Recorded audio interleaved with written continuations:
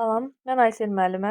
Bu videoda siz atmosfer bölməsinin sadədən mürəkkəbə doğru hər xırda detalına qədər izahını eşidəcəksiniz və bu videonu sona qədər dinləsəniz, istər MIR imtahanında, istər DİM və istər sertifikasiya imtahanında atmosferlə bağlı heç bir testdə çətinliyiniz qalmayacaq. Atmosfer yerin hava təbəqəsi kimi. Bu haqda məlumat verim ilk öncə sizə. Atmosfer yerin ən üst qatı olmaqla hava təbəqəsini əmələ gətirir. Yeri əhatə edən hava onunla birlikdə fırlanır və mühüm əhəmiyyətə malikdir. İndi baxaq görək atmosferin əhəmiyyəti nədən ibarətdir. Yeri əhatə edir və onunla birlikdə fırlanır. Səsin yayılmasına şərait yaradır. Qeyd olaraq deyim ki, isti havada səs soyuq havaya nisbətən daha sürətlə yayılır.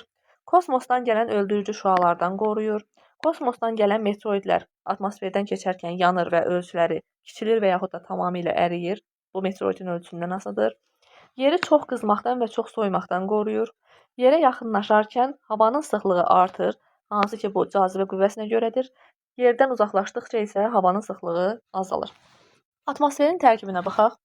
Atmosferin tərkibində ən çox azot və oksigen qazıdır. Hazırda atmosferin alt 90-100 kilometrlik həddə qədər olan aşağı hissəsində qazların mexaniki tərkibi bu cürdür. 78,8% azot, 20,94% oksigen, 0,93% arqon, 0,3% karbon və 0,3% təsirsiz qazlar, hansı ki, neon, ksenon və s. Havada oksigenin əsas mənbəyi bitki örtüyüdür. Bitkilər fotosintez prosesi nəticəsində karbon qazını udur və oksigen qazını geri tələffüz edir. Havada daim su mövcuddur. Bunun əsas mənbəyi atmosferə, okean və dənizlərdən buxarlanan sudur. Atmosferdə xeyli miqdarda toz hissəciklər mövcuddur. Tozun mənbəyi də yer səthindən havaya qalxan bərk hissəciklər, zavod və fabrik tullantıları, avtomobillərdən çıxan qazlar, vulkan püskürmələri və s.dir. Havanın tərkibində zərərli maddələrin miqdarı normadan artıq olduqda insanlarda allergiya və asma kimi xəstəliklərin çoxalmasına səbəb olur. Atmosferin quruluşu haqqında danışaq. Yer səthindən yuxarı doğru atmosfer təbəqələrə ayrılır. Yerə ən yaxın olan təbəqə troposfer adlanır. Onun hündürlüyü ekvatorda 18 km, orta enliklərdə 10-11 km, qütblərdə 8-9 km-yə qədər qalxır. Yerə yaxın olduğuna görə havanın ümumi kütləsinin 80%-ə qədəri troposferdə toplanır. Troposfer istiliyi yer səthindən alır. Bu səbəbdən yuxarı qalxdıqca havanın temperaturu azalır. Troposferin aşağı qatlarının qızması nəticəsində yuxarıya doğru hava axını əmələ gəlir. Bu zaman su buxarı da yuxarı qalxır və buludlar əmələ gəlir. Atmosferdə olan su buxarının demək olar ki, hamısı troposferdə toplanır.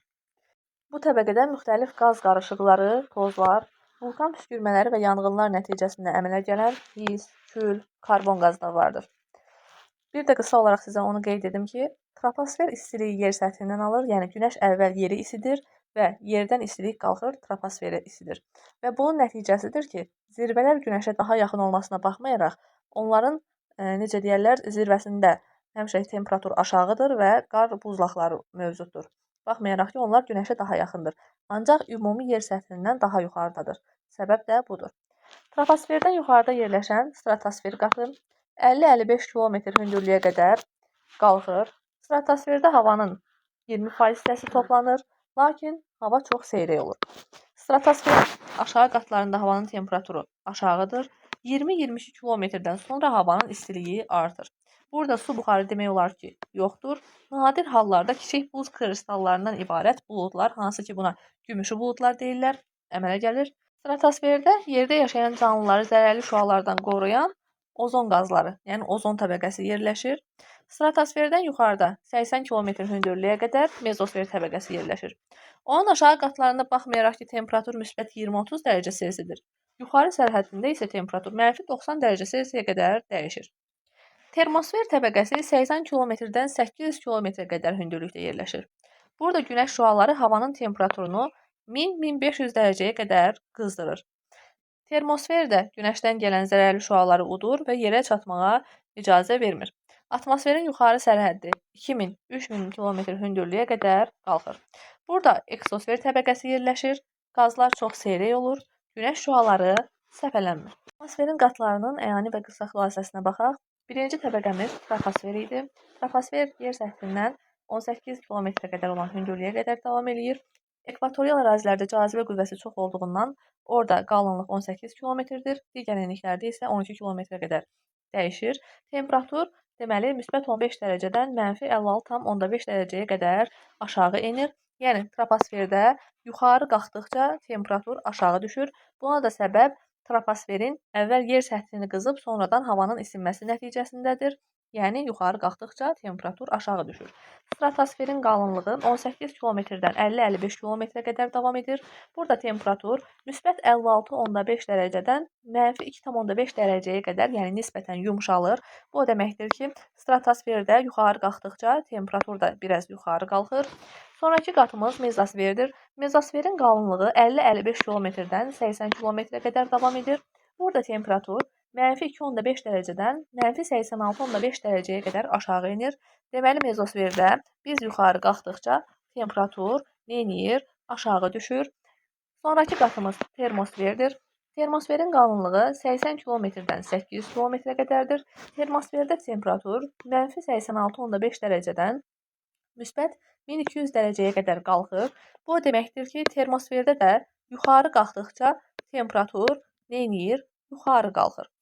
Sonraki qatımız eksosferdir. Eksosferin qalınlığı 800-dən 3000 kilometrə qədərdir. Demək olar ki, burada havanın sıxlığı çox seyrəkdir, hətta kosmik sıxlığa bərabərdir havanın sıxlığı. Temperatur elə 1200 dərəcə Selsidə stabil qalmaqdadır. Günəşdən yer səthinə gələn işıq və istiliyin cəminə radiasiya deyilir. İki növü var. Düz radiasiya, səpələnən radiasiya. Düz radiasiya günəşdən yerə birbaşa gəlir. Bulud olmadıqda düz radiasiya artır. Düz radiasiya buludsuzluğun çox olması ilə əlaqədar olaraq tropik qurşaqda çox, ekvatorial mülayim qurşaqda isə az olur.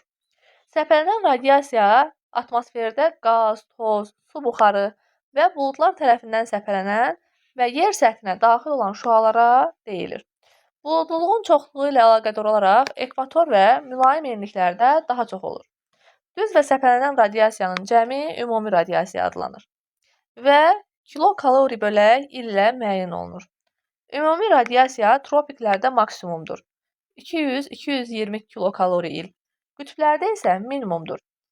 30-50 kilokalori il.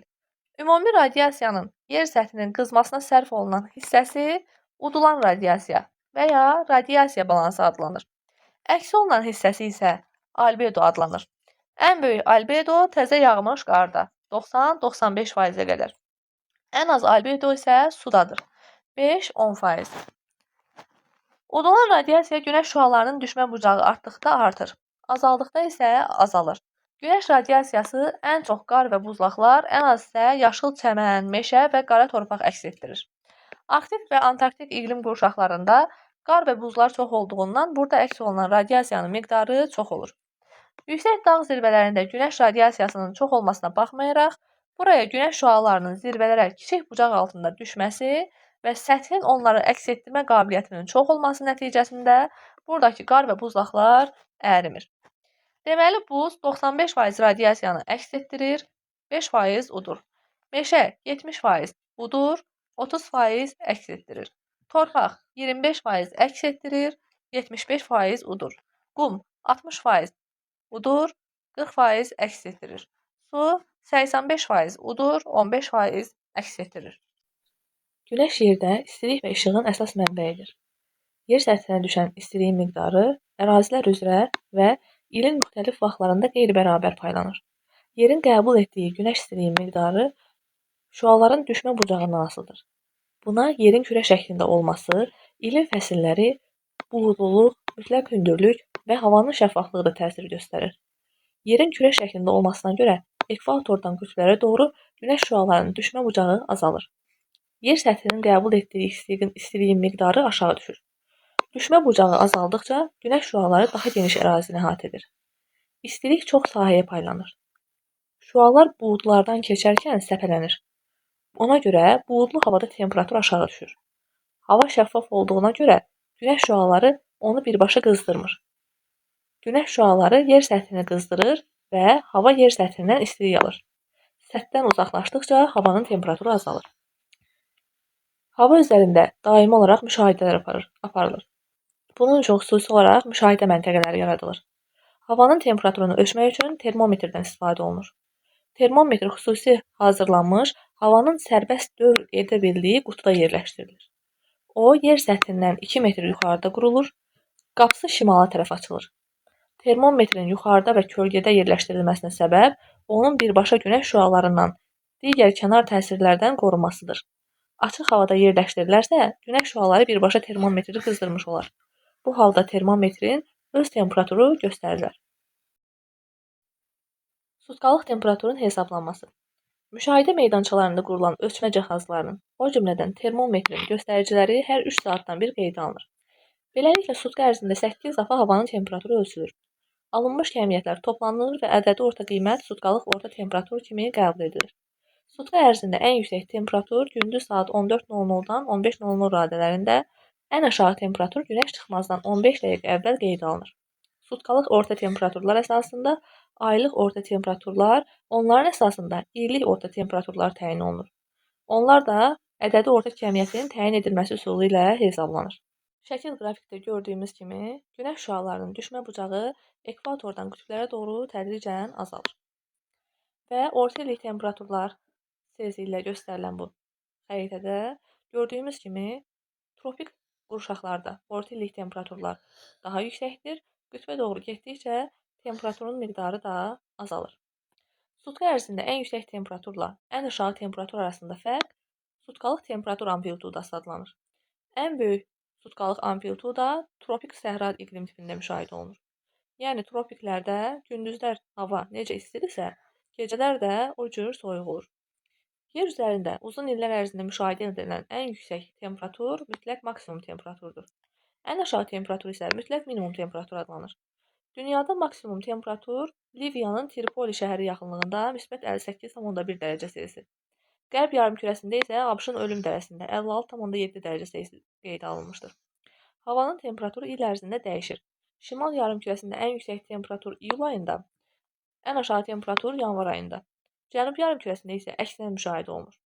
Mütləq minimum temperatur Yaponiya mütəxəssisləri tərəfindən -91,2 dərəcə Selsi qeydə alınmışdır. Şimal yarımkürəsində isə Rusiya Federasiyasının Oymyakon şəhərində -71 dərəcə müşahidə olunmuşdur. Yer kürəsində mütləq maksimum və mütləq minimum temperaturların müşahidə olunduğu ərazilər. Ölüm dərəsində -56, Tripolidə 58,2, Tar səhrasında -53 dərəcə, Avstraliyada Nallar düzündə -51 dərəcə, -71 dərəcə Oymakonda və Yaponların Futsi günbəzi adlanan ekspedisiya üzvlərinin qeydə aldığı -91 dərəcə Selsi temperatur. Bu xəritədə sutkalıq temperatur amplitudunun çox olduğu yerləri, yəni səhraları görürük. İlin ən isti və ən soyuq aylarının orta temperaturları arasındakı fərqə illik amplituda deyilir. Ən böyük illik temperatur amplitudası kontinentallığın çox olması ilə əlaqədar olaraq mülayim enliklərdə, ən az isə ekvatorda müşahidə olunur. Quru ərazilərdə temperaturun illik maksimumu iyulda, minimumu isə yanvardadır. Bu, şimal yarımkürəsi üçün xarakteristik bildiyimiz kimi, bu kəmiyyət su sahələri üzərində ən istisi illik maksimum avqustda və illik minimum fevralda baş verir. Çünki dünyada ən yüksək istilik tutumu suya məxsus olsa da, su çox zəif istilik keçirmə qabiliyyətinə malikdir və bu səbəbdən su gec qızır və gec də soyuyur. İllik temperatur amplitudanın çox olduğu yerlərə baxaq. Qeyd etdiyimiz kimi mülayimin kontinental zonasına uyğun gəlir bu. Çünki mülayim kontinentalda yayda o maksimum temperatur böyük rəqəmdir, qışda da minimum temperatur çox aşağı rəqəmdir və onlar arasındakı fərq də illik amplitudanın çox olması ilə nəticələnir. Deməli, Şimali Amerikanın mərkəzi hissəsi, Cənubi Amerikanın cənubu, Avropanın şərqi Avropa düzənliyi hissəsi və Asiyada Sibir zonası illik amplitudanın çox olduğu ərazilərə aiddir. Bir də təkrar edirəm ki, illik temperaturanın az olduğu ərazilər ekvatorial ərazilərdir. Buna da səbəb odur ki, ekvatorial ərazilərdə yay və qış fərqi olmur, ona görə də illik temperatur amplituda kiçikdir. Dünyanın orta illik temperaturu müsbət 14 dərəcə Selsidir. Ekvatordan qütblərə doğru getdikcə günəş şüalarının düşmə bucağı kiçildiyi üçün temperatur da aşağı düşür. Şimal yarımkürəsində hava kütlələrinin yayda şimala, qışda cənuba doğru yer dəyişməsinin səbəbi günəşin zenit vəziyyətinin dəyişməsi ilə bağlıdır. Gündəlik hava müşahidələrinin nəticəsinə əsasən sinoptik xəritələr tərtib edilir. Hava yer səthinə və onlarda olan bütün cisimlərə müəyyən qüvvə ilə təsir edir. Bu, atmosfer təzyiqidir. Atmosfer təzyiqi hava kütlələrinin çəkisindən, havanın temperaturundan və yüksəklikdən asılı olaraq dəyişir. Atmosfer təzyiqini ölçmək üçün civəli barometr və ya mayesiz barometr aneroid cihazlarından istifadə olunur. Normal atmosfer təzyiqi 45 dərəcə paraleldə okean səviyyəsində 0 dərəcə temperaturda 760 mm civə sütunu olaraq ölçülmüşdür. Atmosfer təzyiqi 760 mm civə sütunundan çox olarsa yüksək, az olarsa alçaq təzyiq hesab edilir. Bu günə qədər yer üzərində ən yüksək atmosfer təzyiqi Rusiyada, Sibir ərazisində qeydə alınmışdır. Burada atmosfer təzyiqi dəniz səviyyəsində 816 mm civə sütunu olmuşdur. Ən alçaq təzyiq isə Yaponiya ətrafında Nensi qasırğası zamanı 641 mm civə sütunu müşahidə olunmuşdur. Coğrafi enliklər üzrə günəşin istiliyinin qeyri-bərabər paylanmasından yer səthində müxtəlif təzyiq qurşaqlarının yaranması baş verir. Ekvatorial enliklərdə hava qızaraq yüngülləşir və troposferin yuxarı qatlarına qalxır. Havanın qalxan hərəkəti atmosfer təzyiqinin ekvatorda aşağı düşməsinə səbəb olur. Bu ərazilərdə il boyu buludlu hava şəraiti hökm sürür. Ekvator boyunda qalxan isti və rütubətli hava troposferin yuxarı qatlarında tropiklərdə enir. Hansı ki 30 dərəcə şimal eni və cənub enlərində. Bunu da təzyiq qurşaqları xəritəsində görürsünüz. Ekvatorda qızan hava yuxarı qalxır və yuxarı qalxan hava isə 30 dərəcəlik enliklərdə yenidən aşağı düşür. Bu səbəbdəndir ki, ekvatorial ərazilərdə alçaq təzyiqdir, tropik ərazilərdə isə yüksək təzyiqdir. Soyumuş quru hava axını yer səthinə enir, qızır və yüksək təzyiq qurşağı yaradır. Səmada buludluluğun az olması gündüz və gecə arasında temperatur fərqinin böyük olmasına səbəb olur. Bunu da qeyd etdik ki, temperatur ərazilərdə, daha doğrusu tropik ərazilərdə sutkalıq temperatur amplitudası yüksək olur. Mülayim qurşaqda, yəni 50-60 dərəcə şimal enləri və cənub enləri arasında havanın qalxan hərəkəti alçaq təzyiq qurşaqlarını yaradır. Bunu şəkil sxemdə görürsünüz və bu qalxan hava mülayimdə qalxaraq yenidən qütblərdə aşağı enir. Bu səbəbdən qütblərdə yüksək təzyiq qurşağı yaranır. Deməli, qısa xülasə keçək. Ekvatorda alçaqdır, tropiklərdə yüksəkdir, mülayimdə alçaqdır və qütb ərazilərdə yüksək təzyiq qurşaqlarıdır. Bir-birini sıra formasında əvəz edir gördüyünüz kimi bu təzyiq qurşaqları. Deməli, yüksəkliyə qalxdıqca havanın sıxlığının azalması atmosfer təzyiqinin aşağı düşməsinə səbəb olur. Hündürlüyə qalxdıqca təzyiq orta hesabla hər 10 metrdə 1 mm civə sütunu azalır. Bu qanuna uyğunluq təxminən 3000 metrə qədər davam edir. Atmosfer təzyiqinin orta hesabla hər 10 metrdə 1 mm azalması barik pillə adlanır. Yer səthində təzyiqin paylanması haqqında məlumat almaq üçün xəritələrdə eyni təzyiqə malik olan nöqtələri birləşdirən xəttlərə baxılır və bu xəttlər izobarlar adlanır. Deməli, ekvatordan qızan hava yuxarı qalxır və orada alçaq təzyiq yaradır, termik alçaq təzyiq sahəsi və oradan qalxan hava 30 dərəcə şimal və cənub enlərində aşağı enir, dinamik yüksək təzyiq sahələrini yaradır. Tropiklərdən enən hava mülayimdə yenidən yuxarı qalxır, dinamik alçaq təzyiq sahələrini yaradır və qütbdə aşağı enərək termik yüksək təzyiq sahələrini yaradır. Termik sahələrimiz ekvator və qütblərdir. Dinamik sahələrimiz isə mülayim və tropiklərdir. Havanın rütubəti onun əsas elementlərindən biridir. Temperaturdan asılı olaraq bir kub havanın su buxarı saxlamaq qabiliyyəti dəyişir. Temperatur yüksəldikcə bir kub havanın su buxarı saxlamaq qabiliyyəti qeyd etdiyimiz kimi artır, aşağı düşdükcə isə azalır. Havada olan suyun miqdarının nisbi və mütləq rütubətliklə təyin edirlər. Havadakı su buxarının qramla miqdarı mütləq rütubətlik, onun isə həmin temperaturda bir kub havanın saxlaya biləcəyi su buxarının miqdarına, yəni doyma həddinə olan faizlə nisbəti nisbi rütubətlik adlanır. Nisbi rütubətliyi 30%-ə qədər olan hava quru hava, 30-60%-ə qədər olan hava normal hava, 60%-dən çox olan isə ifrat rütubətli hava sayılır. Havanın nisbi rütubətliyinin yüksəlməsi yağıntının düşmə ehtimalını artırır. Şəkildə görürük ki, çaylardan, göllərdən, okeanlardan su buxarlanır, buludlar da kondensasiyaya uğrayır və yenidən yağıntı şəklində yağır. Mənfi 20 dərəcə temperaturda 1 kub metr havada 1 qram su saxlamaq mümkündür. Mənfi 10 dərəcədə 2,5 qram su qalır, 0 dərəcədə 5 qram, müsbət 10 dərəcədə 9 qram, müsbət 20 dərəcədə 17 qram, 30 dərəcədə 30 qram maksimum su qala bilir. Su buxarının miqdarından asılı olaraq doymuş və doymamış hava müşahidə edilə bilər. Müəyyən temperaturda bir kub havanın tərkibində mümkün ola biləcək qədər su buxarı varsa, belə hava doymuş hava hesab olunur. Su buxarının miqdarı mümkün ola biləcək miqdardan az olarsa, belə hava doymamış havadır. Müxtəlif temperaturda bir kub havadakı su buxarının miqdarını və doyma həddini bilməklə nisbi rütubətliliyi müəyyən etmək olar. Məsələn, 30 dərəcə temperaturda havanın tərkibində 15 qram su varsa, bu havanın nisbi rütubətliliyinin 50% olduğu mənasına gəlir. Meteoroloji stansiyalarda havanın rütubətliliyini ölçmək üçün hiqrometr və hiqroqraf adlanan cihazlardan istifadə olunur. Rütubətlilik əmsalı əraziyə düşən yağıntının buxarlanmaya olan nisbəti rütubətlənmə əmsalı adlanır və bu cür bir kəmiyyətlə ifadə olunur. Rütubətlənmə əmsalı bərabərdir yağıntı bölək mümkün buxarlanma. Rütubətlənmə əmsalının qiyməti nə qədər kiçik olarsa, iqlim bir o qədər quraq olar. Belə iqlim arid iqlim adlanır. Əgər rütubətlənmə əmsalı vahidə yaxın və ondan yuxarı olarsa, ərazinin iqlimi rütubətli olar. Belə iqlim humid iqlim adlanır. Rütubətlənmə əmsalının qiyməti müxtəlif enliklərdə və ərazilər üzrə dəyişir. Rütubətlənmə əmsalı ərazinin çay şəbəkəsi, torpaq bitki örtüyü, məskunlaşma səviyyəsi barədə müəyyən təsəvvürlər yaradır. Ekvatorial meşə, tayqa, tundra zonasında rütubətlənmə əmsalı birdən böyük və ya 1-ə bərabər olur. Bu ifrat rütubətlənmədir. Savanna codyarpaqlı meşələrdə rütubətlənmə əmsalı 0,8-dən 1-ə qədər olur. Bu normal rütubətlənmədir. Çöllərdə 0,13-dən 0,6-ya qədərdir. Rütubət çatışmazlığı. Yarım səhralarda 0,3-dən 0,1-ə qədərdir. Yenə rütubət çatışmazlığıdır.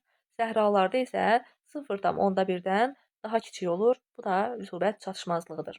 Yer səthində istilik və buxarlanma. Təbiətdə suyun dövranının əsas şərtlərindən biri onun bir aqreqat haldan digərinə keçməsidir.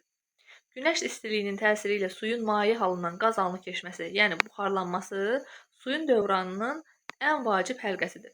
Buxarlanma il ərzində 1 kvadrat santimetr səthdən buxarlanan suyun millimetrlə miqdarıdır.